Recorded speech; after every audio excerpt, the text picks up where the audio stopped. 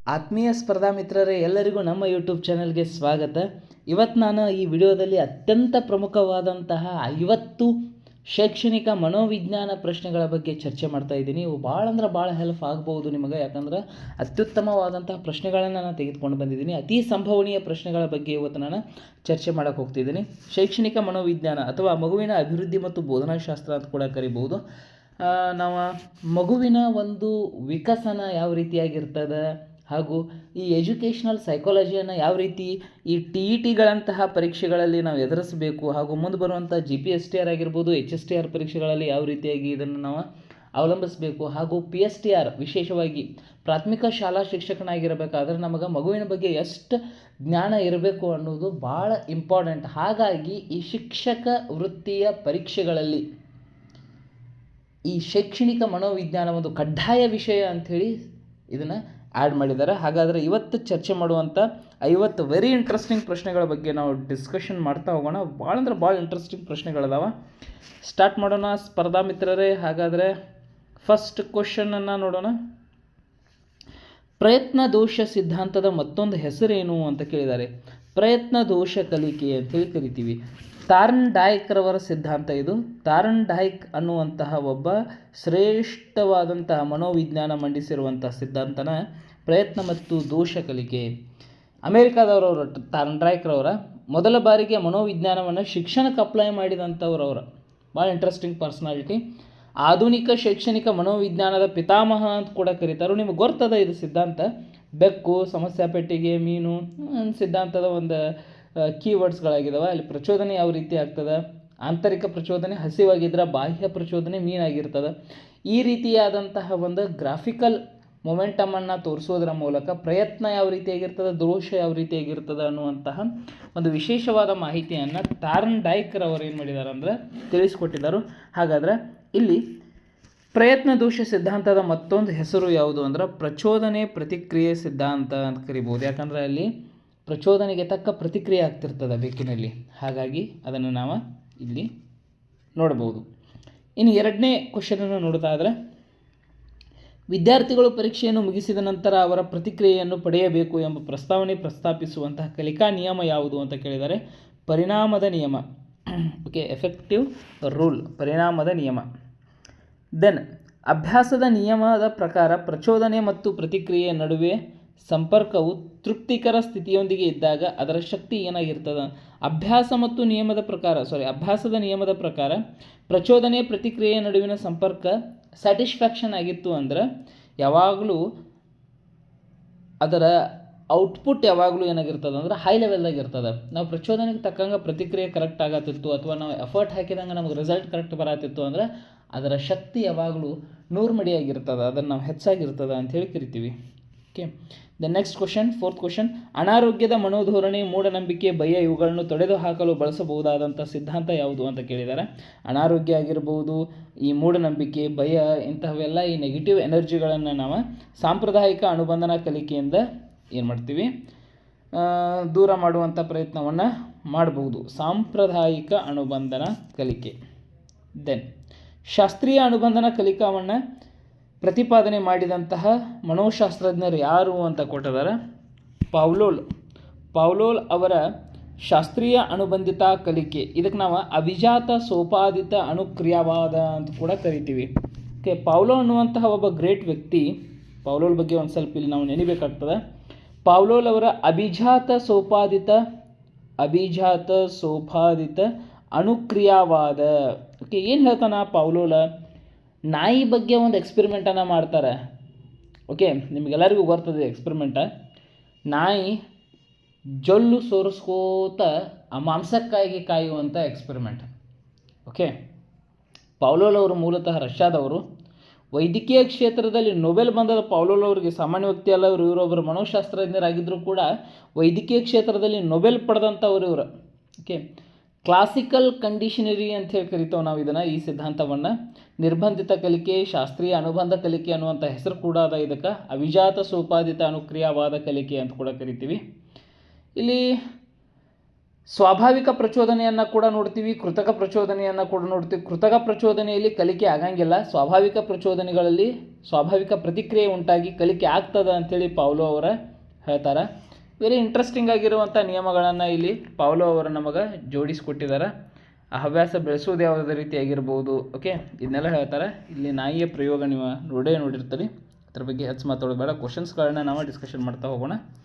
7th question, ಕೊಹ್ಲರ್ ಅವರು ತಮ್ಮ ಒಳನೋಟ ಕಲಿಕಾ ಸಿದ್ಧಾಂತ ನೋಡ್ರಿ, ಭಾರಿ ಇಂಟ್ರೆಸ್ಟಿಂಗ್ ಇದು ಕೊಹ್ಲರ್ ಅವ್ರದ್ದು. ಕೊಹ್ಲರ್ ಬರಾಂತಲೇ ನಿಮಗೆ ನೆನಪಾಗಿರಬೇಕು, ಒಳನೋಟ ಕಲಿಕಾ ಸಿದ್ಧಾಂತ, ಒಳನೋಟ ಕಲಿಕಾ ಸಿದ್ಧಾಂತ. ಓಕೆ, ಇಲ್ಲಿ ಕೊಹ್ಲರ್ ಅವರ ಒಳನೋಟ ಕಲಿಕಾ ಸಿದ್ಧಾಂತದಲ್ಲಿ ಪ್ರತಿಪಾದಿಸಲು ಪ್ರಯೋಗಕ್ಕೆ ಬಳಸಿದ ಚಿಂಪಾಂಜಿ ಹೆಸರೇನು? ಚಿಂಪಾಂಜಿ ಅನ್ಕೊಡ್ದಾನು ಕೋಲರ್ ನೆನಪಾಕನು, ಕೋಲರ್ ಅನ್ಕೊಡ್ದಾನು ಚಿಂಪಾಂಜಿ ನೆನಪಾಕ್ತಾನು. ಆ ಚಿಂಪಾಂಜಿಯ ಹೆಸರು ಸುಲ್ತಾನ ಅನ್ನುವಂಥ ಚಿಂಪಾಂಜಿಯನ್ನು ಕೊಹ್ಲರ್ ಅವರು ಬಳಸ್ತಾರೆ. ಇಲ್ಲಿ ಗೆಸ್ಟಾಲ್ಟ್ ಅಂತ ಹೇಳಿ ಕೂಡ ಒಬ್ಬರು ಬರ್ತಾರೆ, ಅವ್ರು ಕೂಡ ಒಳನೋಟ ಕಲಿಕಾ ಸಿದ್ಧಾಂತ, ಇದು ಕೊಹ್ಲರ್ ಗೆಸ್ಟಾಲ್ಟ್. ಓಕೆ, ಕೊಹ್ಲರ್ನ ಪ್ರಯೋಗ ಅಂಥೇಳಿನ ಈ ಚಿಂಪಾಂಜಿ ಪ್ರಯೋಗ ವೆರಿ ಫೇಮಸ್ ಆಗಿದೆ. ಇದರ ಹೆಸರು ಸುಲ್ತಾನ. ಸಿದ್ಧಾಂತದ ಪ್ರಮುಖ ಅಂಶ ಏನು ಅಂದ್ರೆ ಪೂರ್ವಜ್ಞಾನದ ಬಗ್ಗೆ ಹೇಳ್ತಾರೆ. ಒಂದು ಚಿಂಪಾಂಜಿಯನ್ನು ಒಂದು ಇದ್ರೊಳಗೆ ಹಾಕಿರ್ತಾರೆ, ಗೇಜ್ ಒಳಗೆ ಹಾಕಿರ್ತಾರೆ. ಅಲ್ಲಿ ಬಾಳೆಹಣ್ಣನ್ನು ಇಟ್ಟರು ದುಡಿರ್ದರಿ, ದೊಣ್ಣೆಯನ್ನು ಇಟ್ಟರು ದುಡಿತಾರೆ. ಅಲ್ಲಿ ಗ್ರಹಿಕೆ ಆಗ್ತದೆ, ಒಗ್ಗೂಡಿಸುವಿಕೆ ಆಗ್ತದೆ, ವಿವೇಚನೆ ಆಗ್ತದೆ, ಒಳನೋಟ ಕಲಿಕೆ ಆಗ್ತದೆ. ಓಕೆ, ಸಮಸ್ಯೆ ಪರಿಹಾರ ಪದ್ಧತಿಯನ್ನು ಯಾವ ರೀತಿ ಮಾಡಬೇಕು ಅಂಥೇಳಿ ವೆರಿ ಇಂಟ್ರೆಸ್ಟಿಂಗ್ ಆಗಿ ಕೊಹ್ಲರ್ ಅವರು ಹೇಳ್ತಾರೆ. ಈ ಪ್ರಯೋಗ ಇದೇನು ಚಿಂಪಾಂಜಿ ಪ್ರಯೋಗ ಐತ್ಲ, ಚಿಂಪಾಂಜಿ ಬಾಳೆಹಣ್ಣು ನೋಡೋದು, ಅಲ್ಲಿ ದೊಣ್ಣೆ ಇಡಂತಲೇ ಅದನ್ನು ಮಾಡೋದು, ಈ ಪ್ರಯೋಗ ಚಿಕ್ಕ ಮಕ್ಕಳಿಗೆ ದಡ್ಡರಿಗೆ ಅಪ್ಲೈ ಆಗೋದಿಲ್ಲ. ಓಕೆ, ಇದು ಜಾಣರಿಗೆ ಒಂದು ಅಪ್ಲೈ ಆಗುವಂಥ, ಅಡಲ್ಟ್ ಜಾಣರಿಗೆ ಅಪ್ಲೈ ಆಗುವಂಥ ಒಂದು ಪ್ರಯೋಗ. ಓಕೆ, ಕೊಹ್ಲರ್ ಅವ್ರದ್ದೊಂದು ಪುಸ್ತಕ ಕೂಡ ಐತೆ, ಮೆಂಟಾಲಿಟಿ ಆಫ್ ಏಪ್ಸ್ ಅಂಥೇಳಿ 1952 ಒಳಗೆ ಬರೀತಾರೆ, mentality of apes. Very interesting ಪುಸ್ತಕ ಕೊಹ್ಲರ್ ಅವರ ಬಗ್ಗೆ. ಅವ್ರ ಚಿಂಪಾಂಜಿ ಹೆಸರು ಏನಪ್ಪ ಅಂದ್ರೆ ಸುಲ್ತಾನ. ಓಕೆ, ನೆಕ್ಸ್ಟ್ ಕ್ವಶನ್, ಇದು ವರ್ತನೆಯ ಸಂಭವನೀಯತೆಯನ್ನು ಹೆಚ್ಚು ಮಾಡುವ ಅಂಶ ಯಾವುದು? ವರ್ತನೆಯ ಸಂಭವನೀಯತೆಯನ್ನು ಹೆಚ್ಚು ಮಾಡುವ ಅಂಶ ಆಗೈತೆ ಅಂದರೆ ಪುನರ್ಬಲನ ನೀಡುವುದರ ಮೂಲಕ ವರ್ತನೆಯನ್ನು, ಅದರ ಸಂಭವನೀಯತೆಯನ್ನು ಹೆಚ್ಚು ಮಾಡಬಹುದು. 9th ಕ್ವಶನ್, ಕಲಿಕೆಯ ಪ್ರಕ್ರಿಯೆಯನ್ನು ರೂಪಿಸುವ ಅಂಶಗಳ ಅನುಕ್ರಮವಾಗಿ ಯಾವುದರ ಮ್ಯಾಗ ಅವಲಂಬನೆಯಾಗಿ? ಕಲಿಯುವವರು, ಪ್ರಚೋದನೆ ಮತ್ತು ಮರುಪ್ರತಿಕ್ರಿಯೆ ಮ್ಯಾಗ ಅವಲಂಬನೆಯಾಗಿರ್ತೈತೆ ಯಾವಾಗಲೂ ಅಂಶಗಳು. ಫಸ್ಟ್ ಕಲಿಬೇಕು, ಅದನ್ನು ಪ್ರಚೋದನೆ ಮಾಡ್ಕೋಬೇಕು, ಆಮೇಲೆ ಮರುಪ್ರತಿಕ್ರಿಯೆಗೆ ಉಂಟಾಗಬೇಕು. ಓಕೆ, ದೆನ್ ಕಲಿಕೆ ಯಾವ ಸಾಮಾಜಿಕ ಅರಿವಿನ ದೃಷ್ಟಿಕೋನಗಳ ಪ್ರಕಾರ ವಿದ್ಯಾರ್ಥಿ ಉತ್ತಮವಾಗಿ ಕಲಿತಾನ ಅಂದ್ರೆ ಪರಿಸರದೊಂದಿಗೆ ಸಕ್ರಿಯವಾಗಿ ತೊಡಗಿಕೊಂಡಾಗ ಮಾತ್ರ ವಿದ್ಯಾರ್ಥಿ ಫಸ್ಟ್ ಕ್ಲಾಸ್ ಆಗಿ ಕಲಿಯುವಂಥ ಪ್ರಯತ್ನವನ್ನು ಮಾಡ್ತಾನೆ. ದೆನ್ ಆಲ್ಬರ್ಟ್ ಬಂಡೂರ್ ಅವರ ಸಿದ್ಧಾಂತ, ಸಾಮಾಜಿಕ ಕಲಿಕಾ ಸಿದ್ಧಾಂತ, ವೆರಿ ಇಂಟ್ರೆಸ್ಟಿಂಗ್. ಬಂಡೂರ್ ಅವರು, ಇಲ್ಲಿನ ಅವ್ರ ಬಗ್ಗೆನೂ ಒಂದು ಸ್ವಲ್ಪ ನಿಮಗೆ ಹೇಳ್ತಾ ಹೋಗ್ತೀನಿ. ಇಲ್ಲಿ ಸಿದ್ಧಾಂತಗಳು ಬಂದಾಗ ಈ ಬಂಡೂರ್ ಅವರ ಬಗ್ಗೆ ನೋಡಬೇಕಾದ್ರೆ ನಾವು ಭಾಳ ಇಂಟ್ರೆಸ್ಟಿಂಗ್ ಆದಂಥ ಪರ್ಸ್ನಾಲಿಟಿ ಇವ್ರ ಸಿದ್ಧಾಂತವನ್ನು ನಾವು ವೀಕ್ಷಣಾತ್ಮಕ ಕಲಿಕಾ ಅನುಕರಣಾ ಸಿದ್ಧಾಂತ ಅಂತ ಕೂಡ ಕರಿತೀವಿ, ಸಾಮಾಜಿಕ ಸಿದ್ಧಾಂತ ಅಂತ ಕೂಡ ಕರಿತೀವಿ, ಬಂಡೂರವರ ಸಿದ್ಧಾಂತ ಅಂತ ಕೂಡ ಕರಿತೀವಿ. ಓಕೆ, ಇಲ್ಲಿ ಈ ರೀತಿಯಾಗಿ ಬಂಡೂರವರು ತಮ್ಮ ಸಿದ್ಧಾಂತವನ್ನು ಮಂಡನೆ ಮಾಡುವಂಥದ್ದನ್ನು ನೀವು ನೋಡ್ಬೋದು. ಓಕೆ, ಪ್ರತಿ ವರ್ಷ ಕೆಳಗಿನ ಯಾವ ದಿನದಂದು ವಿಶ್ವ ಆಂಟಿಸಮ್ ಜಾಗೃತಿ ದಿನವನ್ನಾಗಿ ಆಚರಿಸಲಾಗುತ್ತದೆ ಅಂತ ಕೊಡೋರು? ಏಪ್ರಿಲ್ 2. ದೆನ್ ವಿಕಲಾಂಗ ವಿದ್ಯಾರ್ಥಿಗಳ ಸೇರ್ಪಡೆಗೆ ಅಗತ್ಯವಿರುವಂತಹ ಅಂಶ, ವಿಕಲಾಂಗ ವಿದ್ಯಾರ್ಥಿಗಳ ಸೇರ್ಪಡೆಗೆ ತಾರತಮ್ಯವಿಲ್ಲದ ಶಿಕ್ಷಣ. ವಿಕಲಾಂಗ ಅಭ್ಯರ್ಥಿಗಳ ಸೇರ್ಪಡೆಗೆ ಅಗತ್ಯವಿರುವಂಥ ಅಂಶ ತಾರತಮ್ಯವಿಲ್ಲದ ಶಿಕ್ಷಣವಾಗಿರ್ತದೆ. IEDSS ಇದರ ವಿಸ್ತೃತ ರೂಪ ಏನು ಅಂತ ಕೇಳಿದ್ದಾರೆ? Inclusive education for disabled at secondary stage. Disable ಆಗಿರುವಂಥ ವಿದ್ಯಾರ್ಥಿಗಳಿಗೆ ತಂದಂತಹ ಹಲವಾರು ಯೋಜನೆಗಳದಾವ. ಅವ್ರಿಗೂ ಕೂಡ ಕಲಿಕೆ ಆಗಬೇಕು ಅನ್ನೋದು ಈ ಶೈಕ್ಷಣಿಕ ಮನೋವಿಜ್ಞಾನದ ಮುಖ್ಯವಾದಂತಹ ಉದ್ದೇಶ. ಪಠ್ಯಕ್ರಮದ ಮುಖ್ಯವಾದ ಎಲ್ಲರಿಗೂ ಕಲಿಕೆ ಆಗಬೇಕು. ನಮ್ಮ ಶಾಲೆಯಲ್ಲಿ ಎಲ್ಲ ಮಕ್ಕಳು ಕಲಿಬೇಕು. ಯಾವ ಜಾತಿ, ಯಾವ ಧರ್ಮ, ಯಾವ ಲಿಂಗ, ಯಾವ ವಯಸ್ಸಿನ ಅನುಗುಣವನ್ನೂ ಮೀರಿದ್ದು ಇದು ಶಿಕ್ಷಣ. ಯಾವ ಡಿಸೇಬಲ್ಸ್ ಅಂದರೆ ಯಾವುದೇ ವಿಕಲಾಂಗ ಅಂಗಾಂಗಗಳ ಒಂದು ನ್ಯೂನ್ಯತೆ, ಇದು ಯಾವುದೂ ಅಡ್ಡ ಬರಬಾರ್ದು ಆ ಮಗುವಿಗೆ ಕಲಿಕೆಯಲ್ಲಿ. ಇದು ವೆರಿ ಇಂಪಾರ್ಟೆಂಟ್. ಓಕೆ, ದೆನ್ ಸಮಗ್ರ ಪಠ್ಯಕ್ರಮವು ಈ ಕೆಳಗಿನ ಯಾವ ಆಯಾಮಗಳನ್ನು ಹೊಂದಿದೆ ಅಂತ ಕೊಟ್ಟಿದ್ದಾನೆ? ಸಂಚಿಕೆ ಅಥವಾ ಥೀಮ್ ಆಯಾಮ, ನಿಯಂತ್ರಿತ ಆಯಾಮ ಪ್ರಕ್ರಿಯೆ ಉತ್ಪನ್ನದ ಆಯಾಮ, ಸುಧಾರಿತ ವಿಷಯದ ಆಯಾಮ ಅದು ಕೊಟ್ಟಿದ್ದಾರೆ. ಸಂಚಿಕೆ ಥೀಮ್ ಅಂತೂ 100% ಕರೆಕ್ಟ್, ಪಠ್ಯಕ್ರಮ ಹೊಂದಿರ್ತದೆ. ಪ್ರಕ್ರಿಯೆ ಮತ್ತು ಉತ್ಪನ್ನದ ಆಯಾಮವನ್ನು ಕೂಡ ಹೊಂದಿರ್ತದೆ, ಪ್ರಕ್ರಿಯೆ ಆಗಿರ್ತದೆ. ಸುಧಾರಿತ ವಿಷಯಗಳನ್ನು ಕೂಡ ಹೊಂದಿರ್ತದೆ. ಓಕೆ, ನಿಯಂತ್ರಿತ ಅದೇನೇನು ಕಂಟ್ರೋಲೇಷನ್ ಆಗಿರುವಂಥ ಕಾನ್ಸೆಪ್ಟ್ ಏನು ಅಷ್ಟು ಬರೋಂಗಿಲ್ಲ. ಇಲ್ಲಿ ACD ಅನ್ನುವಂಥದ್ದು ಸರಿಯಾದ ಉತ್ತರವಾಗಿದೆ. ದೆನ್ 16ನೇ ಪ್ರಶ್ನೆಯನ್ನು ನೋಡಬಹುದು. ಅಸಾಧಾರಣ ವರ್ಗದ ಅಡಿಯಲ್ಲಿ ಯಾವ ವರ್ಗದ ಕಲಿಯುವವರನ್ನು ಅಸಾಧಾರಣ ವರ್ಗದ ಅಡಿಯಲ್ಲಿ, ಓಕೆ, ಸಾಮಾನ್ಯ ವರ್ಗದವ್ರು ಇರಂಗಿಲ್ಲ, ಸೇರಿಸಲಾಗಿಲ್ಲ. ನೆಗೆಟಿವ್ ಕ್ವಶನ್ ಫಾರ್ಮ್ ಮಾಡಿದರು. ಯಾರನ್ನು ಸೇರಿಸಿಲ್ಲ ಅಂತ ಕೇಳ್ತಾರೋ ಸಾಮಾನ್ಯ ವರ್ಗದವ್ರು ಇರಂಗಿಲ್ಲ. ನಿಧಾನ ಕಲಿಯವ್ರು ಇರ್ತಾರೋ, ಹಿಂದುಳಿದ ವರ್ಗದವ್ರು ಇರ್ತಾರೋ, ಪ್ರತಿಭಾನ್ವಿತರು ಕೂಡ ಇರ್ತಾರೋ. ಅಸಾಧಾರಣ ವರ್ಗದ ಅಡಿ, ಅಸಾಧಾರಣ ಅಂದ್ರೆ ಫಸ್ಟ್ ಹೈ ಲೆವೆಲರ ಇರ್ಬೇಕು, ಇಲ್ಲ ಭಾಳ ಲೋ ಲೆವೆಲರ್, ಇಂಥವ್ರು ಅಸಾಧಾರಣ ಅಂತೇಳಿ ಕರೀತಾರೆ. ಸಾಧಾರಣ ಅಂದರೆ ಸಾಮಾನ್ಯ ವ್ಯಕ್ತಿ ವರ್ಗದವರ. ಓಕೆ, ದೆನ್ 17ನೇ ಕ್ವಶನ್. ದೃಷ್ಟಿ ಸವಾಳುಳ್ಳ ಮಕ್ಕಳನ್ನು ಗುರುತಿಸುವ ಪ್ರಮುಖ ವಿಧಾನ ಯಾವುದು ಅಂತ ಕೇಳಿದರು. ಅವಲೋಕನ ವಿಧಾನ. ಓಕೆ, ಅನಾಲಿಟಿಕ್ ಮೆಥಡ್ ಅನ್ನೋದು ದೃಷ್ಟಿಯ ಸವಾಳುಳ್ಳಂತಹ ಮಕ್ಕಳು, ದೃಷ್ಟಿಯ ಹೀನತೆಯ ಮಕ್ಕಳನ್ನು ಗುರುತಿಸುವಂತಹ ಒಂದು ಪ್ರಮುಖ ವಿಧಾನವಾಗಿದೆ. ಓಕೆ, ಕೆಳಗಿನ ಯಾವುದು ವಿಕಲಚೇತನರ ಮಾದರಿ ಅಲ್ಲ ಅಂತ ಕೊಟ್ಟರು. ಶಿಕ್ಷಣ ಮಾದರಿ ವಿಕಲಚೇತನರ ಮಾದರಿ ಅಲ್ಲ. ಸಾಂಸ್ಕೃತಿಕ ಮಾದರಿ ಕೂಡ ವಿಕಲಚೇತನ ಮಾದರಿ ಆಗಿದೆ. ಆರ್ಥಿಕ ಮಾದರಿ ಆಗಿದೆ. ಚಾರಿಟಿ ಅದ. ಓಕೆ, ವಿಕಲಚೇತನ ಶಿಕ್ಷಣ ಮಾದರಿ ಅಲ್ಲ. And 19th question. ಇವುಗಳಲ್ಲಿ ಯಾವುದು ಅತ್ಯಂತ ಹಳೆಯ ವಿಕಲಚೇತನ ಮಾದರಿಯಾಗಿದೆ? ವಿಕಲಚೇತನ ನೈತಿಕ ಧಾರ್ಮಿಕ ಮಾದರಿ ಅತ್ಯಂತ ಹಳೆಯ ಮಾದರಿಯಾದಂತಹ ಒಂದು ಕಾನ್ಸೆಪ್ಟ್. ಯಾವ ಹೇಳಿಕೆ ವಿಕಲಚೇತನರ ಮಾದರಿಯ ಪ್ರಮುಖ ಉದ್ದೇಶವಲ್ಲ ಅಂತ ಕೊಟ್ಟಿದ್ದಾರೆ. ವಿಕಲಚೇತನ ಮಾದರಿ ಮೌಲ್ಯ ತಟಸ್ಥವಾಗಿದೆ ಅಂತ ಇದೆ. This is wrong statement. ಅದರ ಉದ್ದೇಶ ಅಲ್ಲಿದೆ. ಮಾದರಿ ನೀತಿಗಳ ರಚನೆ ಮತ್ತು ಸುತ್ಯರ್ಥವನ್ನು ಮಾರ್ಗದರ್ಶನ ಮಾಡುತ್ತದೆ, ಇದು ಕೂಡ ಅಲ್ಲ. ವಿಕಲಚೇತನ ಮಾದರಿಯು ಸಂಪತ್ತು ಮತ್ತು ಸಮರ್ಪಕತೆಯನ್ನು ಆಧರಿಸಿದೆ, ಇದು ಹೌದು. ಹಾಗಾದರೆ ಎ ಮತ್ತು ಬಿ ಇವುಗಳ ಉದ್ದೇಶ ಅಲ್ಲ ಅಂಥೇಳಿ ನೋಡ್ಬೋದು. ಆಪ್ಷನ್ ಡಿ ಒಳಗೆ ಕೊಟ್ಟನು ಎ ಮತ್ತು B. Okay, then 21th question. ಯಾವ ಮಾದರಿಯ ವಿಕಲಚೇತನ ಅಲ್ಪಸಂಖ್ಯಾತ ಗುಂಪಿನ ವಿಕಲಚೇತನ ಮಾದರಿ ಎಂದು ಕರೆಯಲಾಗುತ್ತದೆ? ಅಂದರೆ ವಿಕಲಚೇತನ ಸಾಮಾಜಿಕ ಮಾದರಿಯನ್ನು ಅಲ್ಪಸಂಖ್ಯಾತ ಗುಂಪಿನ ಮಾದರಿ ಅಂತೇಳಿ ಕರೆಯಲಾಗ್ತದೆ.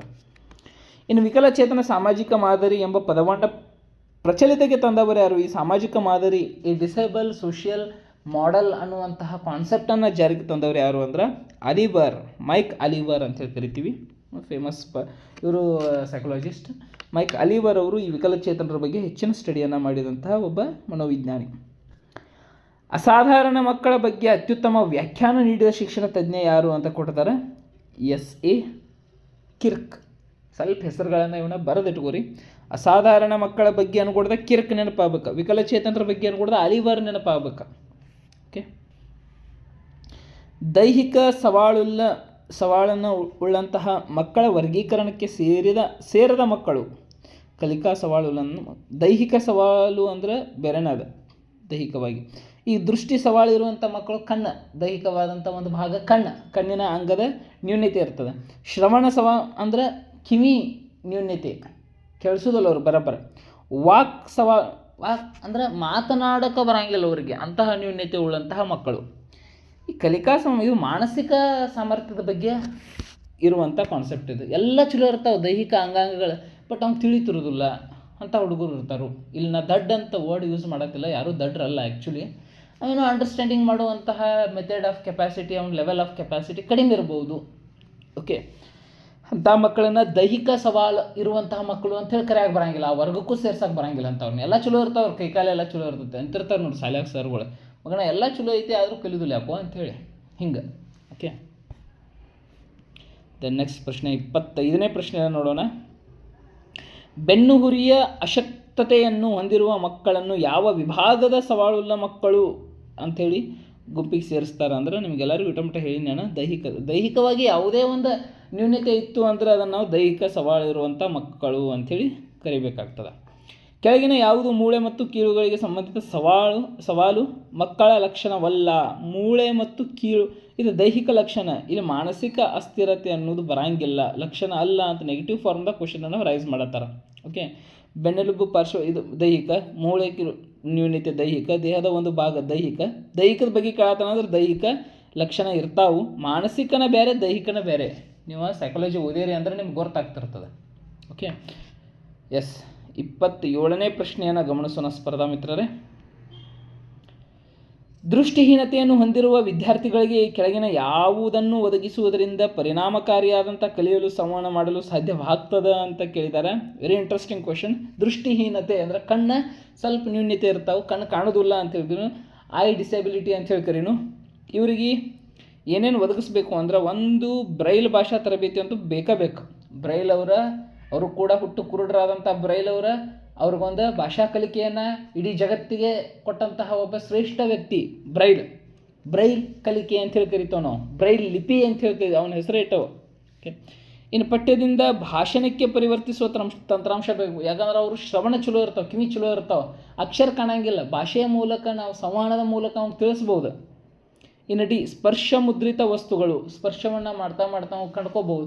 ಓಕೆ ಇದು ಮೊಬೈಲಾ, ಓಕೆ ನೀವೇ ಕಣ್ಣು ಮುಚ್ಚಿ ಮಾಡಿರ್ಬೇಕಾರ, ಓಕೆ ಇದು ಟೇಬಲ್, ನಿಮ್ಮೊಂದು ಟೇಬಲ್ ಇರ್ತದೆ, ಎಸ್ ಇದು ಟೇಬಲ್, ಮುಟ್ಟಿ ತಿಳ್ಕೋದೆ, ಎಸ್ ಇದು ಮೊಬೈಲಾ, ಎಸ್ ವಾವ್ ಇದು ಇಯರ್ಫೋನ್, ವಾವ್ ಎಷ್ಟು ಚಂದ ಐತಿ ಇಯರ್ಫೋನ್, ಹಿಂಗೆ ಮುಟ್ಟಿ ವಾವ್ ಇದು ಪೆನ್ನ, ಮುಟ್ಟಿ ತಿಳ್ಕೋದು. ನಮ್ಮ ಅಂಗಾಂಗಗಳನ್ನು ಕೂಡ ಮುಟ್ಟಿ ತಿಳ್ಕೊಬೋದು. ಎಸ್ ಇದು ಫಿಂಗರ್, ಇದು ಬೆರಳು, ಇದು ಕೂದಲ, ಹಿಂಗೆ ಮುಟ್ರೆ ಗೊತ್ತಾಕೈತೆ, ಕಣ್ಣು ಮುಚ್ಚಿ ಮುಟ್ರೆ ಗೊತ್ತಾಕೈತೆ. ಹಿಂಗೆ ಸ್ಪರ್ಶ ಮುದ್ರಿತ ವಸ್ತು, ಸ್ಪರ್ಶದಿಂದ ಹುಡುಗ ಕಲಿಕೆಯನ್ನು ಉಂಟು ಮಾಡ್ತಾರೆ. ಓಕೆ, ಹಾಗಾಗಿ BCD ಅನ್ನೋದು ಇಲ್ಲಿ ಒಂದು ಪರಿಣಾಮಕಾರಿಯಾದಂಥ ಕಲಿಕೆಗೆ, ದೃಷ್ಟಿಹೀನತೆ ಮಕ್ಕಳಿಗೆ ಒಂದು ವೆರಿ ಇಂಟ್ರೆಸ್ಟಿಂಗ್ ಆದಂಥ ಕಲಿಕೆಯನ್ನು ಕಲಿಸಬಹುದು. ಇನ್ನು ಒಂದೇದು ಕೊಟ್ಟಾನು ಸಂಕೇತ ಭಾಷಾ ತರಬೇತಿ. ಇನ್ನು ತೊಗೊಂಡು ಏನು ಮಾಡೋದು, ಸೈನ್ ಲ್ಯಾಂಗ್ವೇಜ್, ಪಾಪ ಅವ್ರು ಕಾಣಂಗಿಲ್ಲ, ಸೈನ್ ಮುಂದೆ ಏನು ಸನ್ನೆ ಮಾಡಿ ಏನು ಮಾಡೋರು ನೀವು. ಓಕೆ, ಸಂಕೇತವನ್ನು ನಡೆಯಂಗಿಲ್ಲ, ಬೇಡ. ಇನ್ನು ದೃಷ್ಟಿಹೀನತೆಯು ಕೆಳಗಿನ ಯಾವ ಕಾರಣದಿಂದ ಉಂಟಾಕೈತಿ ಅಂತ ಕೊಟ್ಟಾರು. ಓಕೆ, ಗರ್ಭಕೋಶದ ಸೋಂಕು ಕರೆಕ್ಟ್ ಅದ, ಗರ್ಭಕೋಶದಿಂದ ಬರ್ಬೋದು. ವಿಟಾಮಿನ್ಗಳ ಕೊರತೆ, ಹೌದು, ವಿಟಾಮಿನ್ ಎ ಕೊರತೆ ಆತಂದ್ರೆ ಗುರುಡು ಬರ್ತದೆ. ಹಂಗೆ ಮತ್ತು ವಿಟಾಮಿನ್ಗಳ ಕೊರತೆ ಅಂದ್ರೆ ಗುರುಡು ರೋಗ ಮತ್ತು ಗಾಯ ಹಾಗೆ ಆಗ್ತದೆ. ಕಣ್ಣಿಗೆ ಏನಾದರೂ ರೋಗ ಬಂತು, ಗಾಯ ಆಯಿತು ಅಂದರೆ, ಎಲ್ಲರ ಬಿದ್ದು ಕಣ್ಣಿಗೆ ಏನಾದರೂ ಪೆಟ್ಟು ಮಾಡ್ಕೊಂಡ್ರೆ ಬಗೆಹರಿತು. ಅಂತರ್ಗತ ಅಸ್ವಸ್ಥಗಳು ಇರ್ಬೋದು, ಕುರುಡರು ಇರ್ಬೋದು. ದೃಷ್ಟಿಹೀನತೆಗೆ ಇವೆಲ್ಲವೂ ಕೂಡ ಕಾರಣ ಆಗುವಂಥ ಅಂಶಗಳೇ ಆಗಿದ್ದಾವೆ. ಓಕೆ, ದೆನ್ 29ನೇ ಪ್ರಶ್ನೆ. ದೃಷ್ಟಿಹೀನ ಮಕ್ಕಳನ್ನು ದೈಹಿಕ ನಡವಳಿಕೆಯ ಮೂಲಕ ಏನು ಒಳಗೊಂಡಿಲ್ಲ ಅಂತ, ನಿಯಮಿತವಾಗಿ ಕಣ್ಣು ಮಿಟುಕಿಸುವುದನ್ನು ಒಳಗೊಂಡಿಲ್ಲ ಅವರು. ಓಕೆ, ನಿಯಮಿತವಾಗಿ ಕಣ್ಣು ಮಿಟುಕಿಸುವುದು ಲಕ್ಷಣ ಅಲ್ಲ. ಜನ್ಮಧಾತು ಕುರುಡುತನ ಎಂದರೆ ಏನು? ಜನನದ ಸಂದರ್ಭದಲ್ಲಿ, ಇಂಥ ಕ್ವಶನ್ಗಳು ಭಾರಿ ಇಂಪಾರ್ಟೆಂಟ್ ಆಯ್ವ.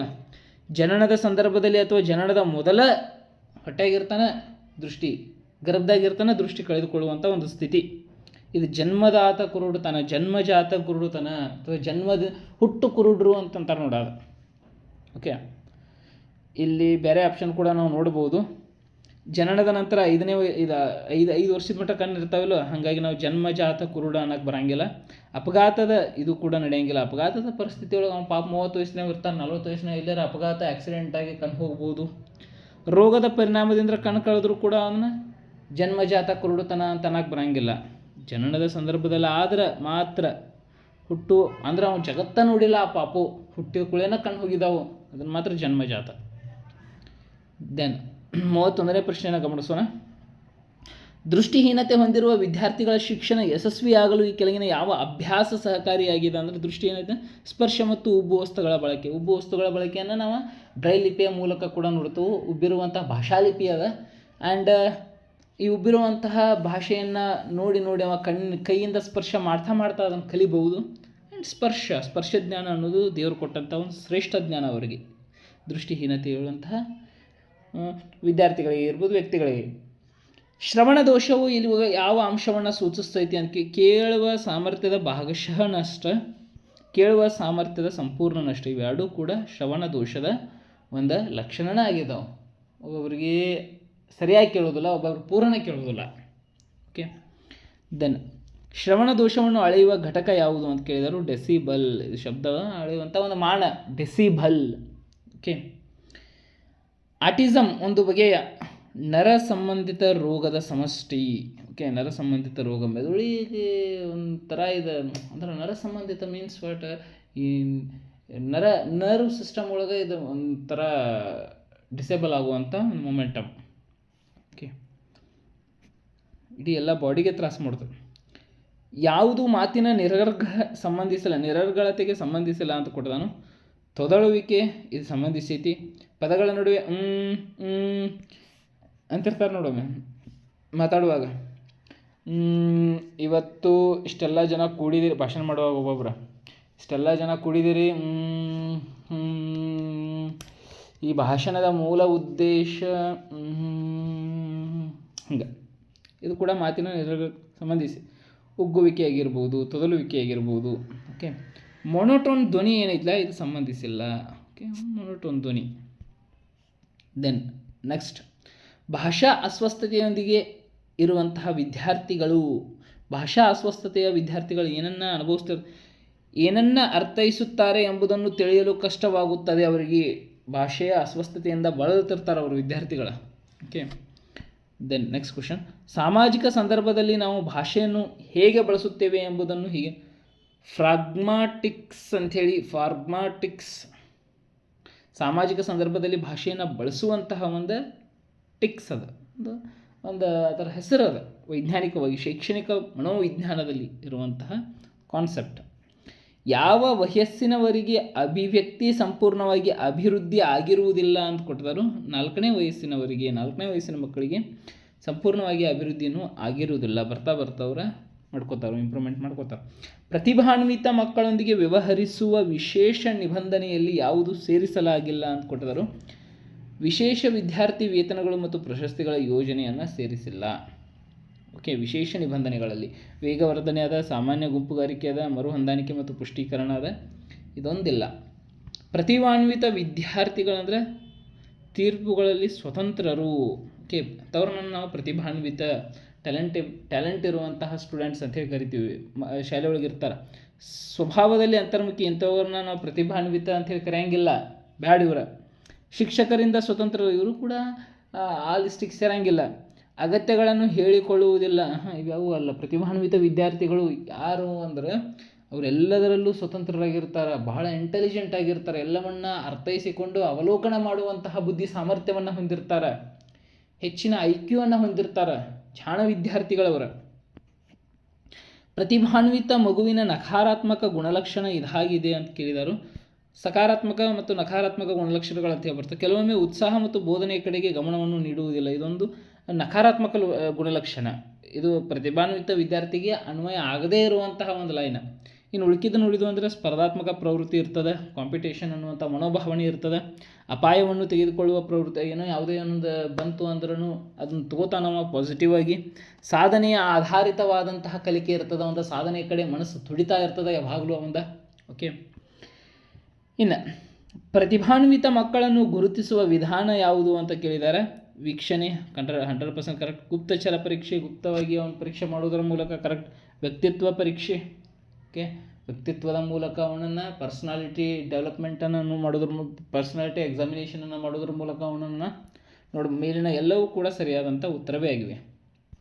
ದೆನ್ ಪ್ರತಿಭಾನ್ವಿತ ಮಗುವನ್ನು ಹೇಗೆ ವ್ಯಾಖ್ಯಾನಿಸಲಾಗಿದೆ? ಅವನ IQ 140 ಅಥವಾ ಅದಕ್ಕಿಂತ ಹೆಚ್ಚಾಗಿರ್ತದೆ. ಅಂಥವ್ರನ್ನ ನಾವು ಪ್ರತಿಭಾನ್ವಿತ ಅಥವಾ ಅವರನ್ನು ಜಾಣ ವಿದ್ಯಾರ್ಥಿ ಅಂಥೇಳಿ ಕರಿಬೋದು, ಅಂತಹ ಮಕ್ಕಳನ್ನು. ಓಕೆ, ಬುದ್ಧಿಶಕ್ತಿಯ ವಿದ್ಯಾರ್ಥಿ ಅವ ಅಂಥೇಳಿ. ಬುದ್ಧಿಶಕ್ತಿಯನ್ನು ಅಳೆಯುವುದನ್ನು ನಾವು ಸ್ವಲ್ಪ ಅದ್ರ ಬಗ್ಗೆ ಇಲ್ಲಿ ಡಿಸ್ಕಷನನ್ನು ಮಾಡ್ತೀನಿ. ಬುದ್ಧಿಶಕ್ತಿಯನ್ನು ಅಳೆಯುವುದನ್ನು 1905ರಲ್ಲಿ ಬಿನೆ ಮತ್ತು ಸೈಮನ್ ಅವರ, ಫ್ರೆಂಚ್ ದೇಶದವರವರ ಬುದ್ಧಿಶಕ್ತಿಯ ಪರೀಕ್ಷೆಯನ್ನು ಫೈಂಡ್ ಔಟ್ ಮಾಡ್ತಾರೆ. ಅವರ IQ ಕಾನ್ಸೆಪ್ಟನ್ನು ತೆಗೆದವ್ರು ಯಾರು ಅಂದರೆ ಸ್ಟರ್ನ್ ಅನ್ನುವಂತಹ ಶೈಕ್ಷಣಿಕ ಮನೋವಿಜ್ಞಾನಿ. IQ ಅನ್ನುವಂಥ ಕಾನ್ಸೆಪ್ಟ್. ಸರ್ ಏನ್ರಿ ಇದು IQ ಅಂದರೆ? ಇಂಟೆಲಿಜೆಂಟ್ ಕ್ವಶಂಟ್ ಅಂಥೇಳಿ ಕರಿತೀವಿ. ಅವನ ಮಾನಸಿಕ ವಯಸ್ಸು ಡಿವೈಡೆಡ್ ಬೈ ಅವನ ಈಗ ಇರುವಂತಹ ದೈಹಿಕ ವಯಸ್ಸು ಇಂಟು 100 ಮಾಡಿದ್ರೆ ಅಂದರೆ ನಿಮ್ಗೆ ಅವನ IQ ಗೊತ್ತಾಗ್ತದೆ. IQ = MA divided by CA into 100. ಮಾನಸಿಕ ವಯಸ್ಸು ಡಿವೈಡೆಡ್ ಬೈ ದೈಹಿಕ ವಯಸ್ಸು ಇಂಟು 100. ಓಕೆ, ಆ್ಯಂಡ್ ಇನ್ನೂ ಇದರ ಬಗ್ಗೆ ಒಂದು ಸ್ವಲ್ಪ ಬುದ್ಧಿಶಕ್ತಿ ಪರೀಕ್ಷೆ ಬಗ್ಗೆ ಹೇಳಬೇಕು ಅಂದರೆ 1937ರಲ್ಲಿ ಟರ್ಮನ್ ಮತ್ತು ಸ್ಟ್ಯಾನ್ಫೋರ್ಡ್ ಬಿನೆ ಇವರು ಬುದ್ಧಿಶಕ್ತಿ ಪರೀಕ್ಷೆಯನ್ನು ಮಾಡ್ತಾರೆ ಅಮೇರಿಕಾದವರು. ಇಂಡಿಯಾದಲ್ಲಿ ರೈಸ್ ಅನ್ನುವಂತಹವನು, ಹಿಂದೂಸ್ತಾನಿ ಬಿನೆ ಅನ್ನುವಂಥ ಬುದ್ಧಿಶಕ್ತಿ ಪರೀಕ್ಷೆಯನ್ನು ಮಾಡ್ತಾರೆ. ನಂತರ ಕಾಮತ್ ಬಿನೆ ಬುದ್ಧಿಶಕ್ತಿ ಪರೀಕ್ಷೆ ಕೂಡ ಅದ ಹಿಂದಿ ಒಳಗೆ. ಕರ್ನಾಟಕದಲ್ಲಿ ಮೊದಲ ಬಾರಿಗೆ ಕನ್ನಡದಲ್ಲಿ ಮೈಸೂರಿನ ಗೋಪಾಲಸ್ವಾಮಿ ಅವರು ಇದರ ಬಗ್ಗೆ ಸ್ಟಡಿಯನ್ನು ಮಾಡ್ತಾರೆ. ಮೈಸೂರಿನ ಗೋಪಾಲಸ್ವಾಮಿ ಅನ್ಕೊಡೋದ ನೀವು ಬುದ್ಧಿಶಕ್ತಿ ಅಂತೇಳಿ ಬರಬೇಕು. ಸೃಜನಾತ್ಮಕ ವ್ಯಕ್ತಿತ್ವ ಇರ್ತದೆ ಮಕ್ಕಳಲ್ಲಿ, ಸೃಜನಶೀಲತೆಯನ್ನು ಬಹುಮುಖ ಚಿಂತನೆಯನ್ನು ಹೆಚ್ಚು ಮಾಡ್ತದೆ, ಒಂದಕ್ಕೊಂದು ಪೂರಕವಾಗಿರ್ತದೆ, ಧನಾತ್ಮಕವಾಗಿರ್ತದೆ. ಬುದ್ಧಿಶಕ್ತಿಯ ಲಕ್ಷಣಗಳು ಇದು ಬುದ್ಧಿಶಕ್ತಿಯ ಲಕ್ಷಣಗಳನ್ನ ಕೇಳಿದರೆ ಸಾರ್ವತ್ರಿಕವಾದದ್ದು ಇದು ಅನುವಂಶೀಯತೆ ಮತ್ತು ಪರಿಸರದ ಮೊತ್ತವಾಗಿರ್ತದೆ. ಓಕೆ, ಇಲ್ಲಿ IQ 140 ಮತ್ತು ಅದಕ್ಕಿಂತ ಹೆಚ್ಚಾಗಿತ್ತು ಅಂದರೆ ಅದು ಪ್ರತಿಭಾನ್ವಿತ ಮಗು, ಬುದ್ಧಿಶಕ್ತಿ ಉಳ್ಳಂಥ ಮಗು, ಸೃಜನಶೀಲತ್ವ ಮಗು ಅಂತೇಳಿ ತಿಳ್ಕೊಬೇಕು. ದೆನ್ ನಿಧಾನವಾಗಿ ಕಲಿಯುವವರಿಗೆ ಸಮಾಲೋಚನೆ ಮತ್ತು ಮಾರ್ಗದರ್ಶನವನ್ನು ಒದಗಿಸುವಲ್ಲಿ ಸಾಮಾನ್ಯವಾಗಿ ಯಾವ ನಿಬಂಧನೆಯು ಹೆಚ್ಚು ಸೂಕ್ತವಾಗಿದೆ ಅಂತ ಕೇಳಿದ್ದಾರೆ. ಪರಿಹಾರ ಬೋಧನೆ, ನಾವು ಸ್ಕೂಲಲ್ಲಿ ಮಾಡ್ತೀವಿ ಪರಿಹಾರ ಬೋಧನೆ. ಓಕೆ, ಇದು ನಿಧಾನವಾಗಿ ಕಲಿಯುವವರಿಗೆ ಸೂಕ್ತವಾದಂತಹ ಕಲಿಕಾ ಬೋಧನೆ ಆಗಿರ್ತದೆ. ಆ್ಯಂಡ್ 45th ಕ್ವಶನ್, ಕೆಳಗಿನ ಯಾವ ಅಂಶವು ಮಾನಸಿಕ ಕುಂಠಿತಕ್ಕೆ ಸಾಮಾನ್ಯ ಕಾರಣವಾಗಿದೆ ಅಂದರೆ ತಾಯಿಯಲ್ಲಿ ಜರ್ಮನ್ ದಢಾರ ಅನ್ನುವಂಥ ಅಂಶವು ಮಾನಸಿಕ ಅಂದರೆ ಒಂದು ರೋಗ ಇದೆ, ದಢಾರ ಅನ್ನುವಂಥ ರೋಗ ಮಾನಸಿಕ ಕುಂಠಿತಕ್ಕೆ ಸಾಮಾನ್ಯವಾದಂಥ ಕಾರಣವಾದಂಥ ಅಂಶ. ದೆನ್ 46th ಕ್ವಶನ್, ಬೌದ್ಧಿಕ ಅಸಾಮರ್ಥ್ಯ ಹೊಂದಿರುವ ವಿದ್ಯಾರ್ಥಿಗಳಿಗೆ ವೃತ್ತಿಪರ ತರಬೇತಿಯ ಪ್ರಾಥಮಿಕ ಗುರಿ ಯಾವುದು ಅಂತ ಕೊಟ್ಟಿದ್ದಾರೆ. ಸ್ಪರ್ಧಾತ್ಮಕ ಉದ್ಯೋಗಗಳಲ್ಲಿ ತಯಾರು ಮಾಡುವುದು. ಬೌದ್ಧಿಕ ಅಸಾಮರ್ಥ್ಯ ಹೊಂದಿರುವ ವಿದ್ಯಾರ್ಥಿಗಳು ವೃತ್ತಿಪರ ತರಬೇತಿಯ ಪ್ರಾಥಮಿಕ ಗುರಿ ಅದಾಗಿರ್ತದೆ. ದೆನ್ 47th ಕ್ವಶನ್, ಯಾವ IQ ಶ್ರೇಣಿ ತರಬೇತಿ ನೀಡಬಹುದಾದ ಬುದ್ಧಿಮಾಂದ್ಯ ಮಕ್ಕಳ IQ ಮಟ್ಟ ಎಂದು ಕರೆಯಲಾಗುತ್ತದೆ. 36 to 49 ಇದು IQ ಶ್ರೇಣಿಯ ತರಬೇತಿ ನೀಡಬಹುದಾದ ಬುದ್ಧಿಮಾಂದ್ಯ ಮಕ್ಕಳ IQ ಮಟ್ಟ, ಬುದ್ಧಿಮಾಂದ್ಯ ಮಕ್ಕಳ IQ ಮಟ್ಟ ಅಂಥೇಳಿ ನಾವು ಇದನ್ನು ಕರಿತೀವಿ. ಇನ್ನು 35ಕ್ಕಿಂತ ಕೆಳಗೆ ಅವರು ಬುದ್ಧಿಮಾಂದ್ಯರೇ, ಅವರು ಮಾನಸಿಕವಾಗಿ ಅವರು ಪೂರ್ವ ನಾವಲ್ಲಿ ಆ ವರ್ಡನ್ನು ಯೂಸ್ ಮಾಡ್ತೀವಿ ಬುದ್ಧಿಮಾಂದ್ಯ ಮಕ್ಕಳು. ಇಲ್ಲಿ ಇವ್ರನ್ನ IQ ಶ್ರೇಣಿ ತರಬೇತಿ ನೀಡಬಹುದು, ಈ IQ ಶ್ರೇಣಿಯ 36ರಿಂದ 40 ತರಬೇತಿ ನೀಡಿ ಇವ್ರನ್ನ ಇಂಪ್ರೂವ್ ಮಾಡಬಹುದು ಅನ್ನುವಂಥ ಕಾನ್ಸೆಪ್ಟ್. ಕೆಳಗಿನವುಗಳಲ್ಲಿ ಯಾವುದು ಬುದ್ಧಿಮಾಂದ್ಯ ಮಗುವಿನ ಲಕ್ಷಣ ಅಲ್ಲ ಅಂತ ಕೊಟ್ಟರು. ನೆನಪಿಡುವ ಸಾಮರ್ಥ್ಯ ಆಗಕ್ಕೆ ಸಾಧ್ಯ ಇಲ್ಲ. ನೆನಪಿಡುವ ಸಾಮರ್ಥ್ಯ ಅವ್ನು ಚಲೋ ಇತ್ತು ಅಂದ್ರೆ ಆಮ್ಯಾಗ ಬುದ್ಧಿಮಾಂದ್ಯ ಹಾಕಿದ್ದ. ತಡವಾದ ಪ್ರತಿಕ್ರಿಯೆ ಇರ್ತದೆ ಅವನಲ್ಲಿ, ಅಭಿವೃದ್ಧಿಯ ಮೈಲುಗಳ ವಿಳಂಬ ಇರ್ತದೆ, ಸಾಮಾಜಿಕ ಬುದ್ಧಿವಂತಿಕೆಯ ಕೊರತೆ ಇರ್ತದೆ, ನೆನಪಿಡುವ ಸಾಮರ್ಥ್ಯ ಇರಂಗಿಲ್ಲ. ಓಕೆ, ಮಾನಸಿಕ ಕುಂಠಿತಕ್ಕೆ ಕಾರಣವಾಗುವ ಫೆನಿಲ್ಕೆಟೋನೂರಿಯಾ ಯಾವುದು ಅಂತ ಕೇಳಿದರೆ ಮಾನಸಿಕ ಕುಂಠಿತಕ್ಕೆ ಕಾರಣವಾಗುವುದು ಚಯಾಪಚಯದ ಅಸ್ವಸ್ಥತೆ ಅಂತ ಕೂಡ ಕರಿಬಹುದು. ಓಕೆ, ಚಯಾಪಚಯ ಕ್ರಿಯೆಯನ್ನು ನಮ್ಮ ದೇಹದಲ್ಲಿ ನಮ್ಮ ಥೈರಾಯ್ಡ್ ಗ್ರಂಥಿ ನಿಯಂತ್ರಣ ಮಾಡ್ತಿರ್ತದೆ. ಅಲ್ಲಿ ಏನಾದರೂ ಅಸ್ವಸ್ಥತೆ ಉಂಟಾತಂದರೆ ಅಲ್ಲಿ ಮಾನಸಿಕ ಕುಂಠಿತ ಕೂಡ ಕಾರಣವಾಗುವಂಥ ಪರ್ಸನಾಲಿಟಿ ಡೆವಲಪ್ಮೆಂಟ್ ಗ್ರಂಥಿ ಅಂತ ಕರಿತೀವಿ, ಅಲ್ಲಿ ಕೂಡ ಅದಕ್ಕೆ ಎಫೆಕ್ಟ್ ಇರ್ತದೆ. ಕೆಳಗಿನ ಯಾವ ಹೇಳಿಕೆ ಸರಿಯಾಗಿಲ್ಲ ಅಂತ ಕೊಟ್ಟದನು. ಯಾವುದೇ ಕಲಿಕೆಯಲ್ಲಿ ಸೃಜನಶೀಲತೆ ಸ್ವಂತಿಕೆ, ಸೃಜನಶೀಲತೆಯು ನಿರ್ವಹಿಸಿದ ಕೆಲಸದ ಹೊಸ ಪರಿಣಾಮವಾಗಿದೆ. ಸೃಜನಶೀಲತೆ ಸಾಮಾಜಿಕ ಅಥವಾ ಯಾವುದೇ ಗುಂಪಿಗೆ ಉಪಯುಕ್ತತೆಯನ್ನು ಹೇಳಿಕೊಡುತ್ತದೆ. ಇವೆಲ್ಲವೂ ಕೂಡ ಸರಿಯಾದ ಹೇಳಿಕೆ ಆಗೈತಿ. ಯಾವುದು ಅಲ್ಲ ಅಂದ್ರೆ ಸೃಜನಶೀಲತೆಗೆ ಆಲೋಚನೆಯ ಅಗತ್ಯವಿಲ್ಲ ಅಂತ ಕೊಟ್ಟಂದ್ರೆ ದಿಸ್ ಇಸ್ ನೆಗೆಟಿವ್ ಫಾರ್ಮೇಷನ್. ಸೃಜನಶೀಲತೆಗೆ ಆಲೋಚನೆಯ ಅಗತ್ಯ ಐತಿ, ಆಲೋಚನೆ ಮಾಡಬೇಕಾಗ್ತದೆ. ಓಕೆ, TET ಬರೆಯುವಂಥ ನನ್ನೆಲ್ಲ ಸ್ಪರ್ಧಾ ಮಿತ್ರರೇ, TET ಬರೆಯುವಂಥ ಒಂದು ಲಾಸ್ಟ್ ವಾರದಲ್ಲಿ ನೀವು ಇದ್ದೀರಾ. ಇನ್ನೊಂದು 4-5 ದಿನಕ್ಕೆ ಸ್ಟಾರ್ಟ್ ಎಕ್ಸಾಮ ಇದೇ ಸಂಡೇ.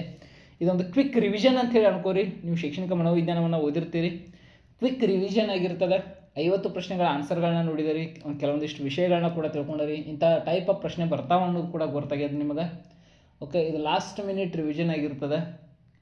ಇಲ್ಲಿ ಸ್ಕಿಪ್ ಮಾಡ್ದೆ ನೋಡಿದ್ರಿ ಅಂದರೆ ವೆರಿ ಇಂಟ್ರೆಸ್ಟಿಂಗ್ ಆಗಿ ಈ ವಿಡಿಯೋ ನಿಮ್ಗೆ ಅಂಡರ್ಸ್ಟ್ಯಾಂಡ್ ಆಗಿರ್ತದೆ. ಎಲ್ಲಾದರೂ ಹೊಸ ಕ್ವಶನ್ಸ್ಗಳನ್ನ ನೀವು ನೋಡಿದಂಥ ಅನುಭವ ಇರ್ತದೆ. ಈ ಕ್ವಶನ್ಸ್ಗಳು ಡೈರೆಕ್ಟ್ ಎಕ್ಸಾಮಿನೇಷನ್ಗೆ ಬಂದು ಅಂದರೆ ಎಷ್ಟೋ ಒಂದು ಹ್ಯಾಪಿ ಫೀಲ್ ಇರ್ತದೆ. ಓಕೆ, ಇನ್ನು ಇದನ್ನು ಭಾಗ 2 ಭಾಗ 3 ಅಂಥೇಳಿ ಒಟ್ಟು 150 ಪ್ರಶ್ನೆಗಳ ಒಂದು ಸಮಗ್ರವಾದಂಥ ಪ್ರಶ್ನಾಕೋಶವನ್ನು ನಿಮ್ಮ ಮುಂದೆ ತರ್ತಾ ಇದ್ದೀನಿ. ಇದು 50 ಪ್ರಶ್ನೆಗಳದ್ದು ಭಾಗ 1ರಾಗಿ ಇಟ್ಟಿರ್ತಾನೆ.